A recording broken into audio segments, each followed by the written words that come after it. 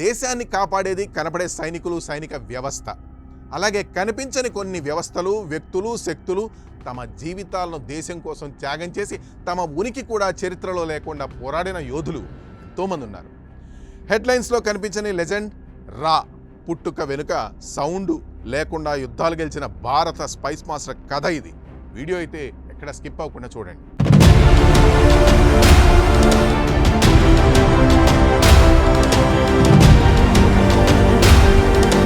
ఇవాళ సినిమాలో ధురంధర్ లాంటి హీరోలను చూస్తున్నాం. శత్రు దేశాల్లోకి దూసుకెళ్ళి కనిపించకుండా తిరిగి తెలివితోనే దెబ్బతీసి దేశాన్ని కాపాడుతున్నట్టు.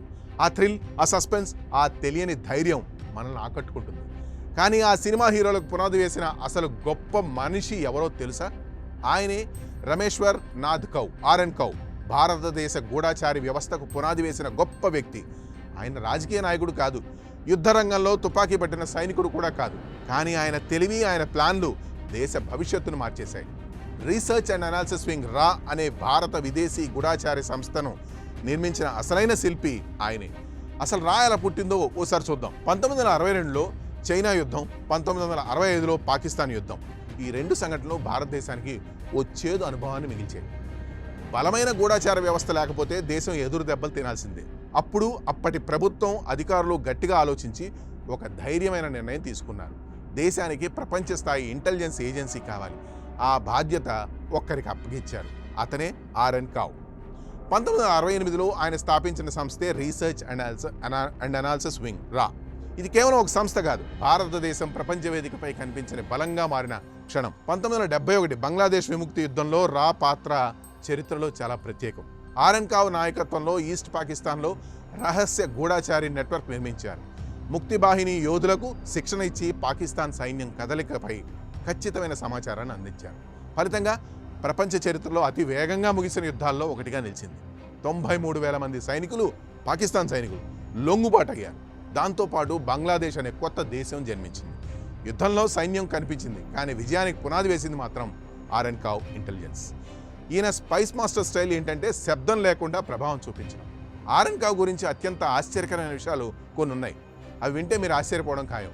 ఆయన ఫోటోలు చాలా అరుదు, ఇక ఇంటర్వ్యూలు దాదాపుగా లేనేలేవు. అలానే ఆయన పబ్లిక్ స్పీచ్లు కూడా చేయలేదు. ఆయన నమ్మకం ఒకటే, real intelligence works in silence. ఆయన ఎప్పుడు హెడ్లైన్స్లో లేరు, కానీ ఆ హెడ్లైన్స్ రావడానికి కారణం ఆయనే. అయితే ఆయనకు అంతర్జాతీయ స్థాయిలో గౌరవం ఉండేది. CIA, MI6 వంటి ప్రపంచ గూఢాచారి సంస్థలు కూడా కౌ వ్యూహాలను గౌరవించేవి. అణు కార్యక్రమ రహస్యాలను రక్షించడం, విదేశీ రాజకీయ పరిణామాలను ముందే అంచనా వేయడం, శత్రు దేశాల వ్యూహాలను పసిగట్టడం, ఇవన్నీ ఆయన నిర్మించిన వ్యవస్థల వల్లే సాధ్యమయ్యాయి. దేశం కోసం పనిచేసిన రాజకీయ నాయకులు చరిత్ర పుస్తకాల్లో ఉంటారు, సైనికులు యుద్ధగాథల్లో ఉంటారు. కానీ దేశాన్ని కనిపించకుండా కాపాడిన గూఢాచారులు మాత్రం కనిపించకుండా కదిలే కాలంలో కలిసిపోతారు. ఆ గూఢాచారులో అత్యున్నత స్థానం రామేశ్వర్ నాథ్ కౌది. ఆయన ఎప్పుడూ పేరు కోసం పనిచేయలేదు, పథకాల కోసం జీవించలేదు. దేశం సురక్షితంగా ఉండాలనే ఒకే ఒక్క లక్ష్యంతో జీవించారు. ఆ లక్ష్యాన్ని మరింత బలంగా ముందుకు చేసి తీసుకెళ్తున్న మరో గొప్ప మనిషి ప్రస్తుత భారత్ ఇంటెలిజెన్స్ అధినేత అజిత్ దోవల్ గారు. దాదాపు దోవల్ గారు కూడా కౌసాబ్ బాటలోనే నడిచారు, కానీ తన స్టైల్నే మార్చేశారు. IPS అధికారిగా 1968లో జాయిన్ అయిన ఆయన తర్వాత ఇంటెలిజెన్స్ బ్యూరోలో పనిచేసి ఏళ్ల తరబడి పనిచేసి రహస్య ఆపరేషన్లలో లెజెండ్ అయ్యారు.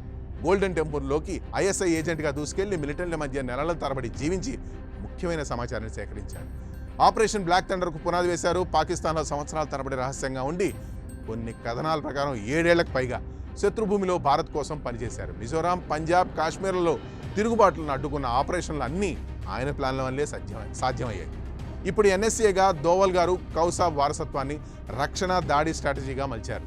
Surgical strikes 2016, Balakot air strike 2019, Doklam stand off Kashmir special status రద్దు, ఇవన్నీ ఆయన తంత్రాల వల్లే జరిగాయి. సినిమాలో చూసే ధురంధర్ లాంటి థ్రిల్ దోవల్ గారి జీవితంలో నిజంగా జరిగింది. కానీ ఆయన ఎప్పుడూ లైమ్లైట్లోకి రాలేదు. అటు కౌసాబ్కి, ఇటు దోవల్ గారికి కావాల్సింది ఒకటే, దేశం సురక్షితంగా ఉండాలి.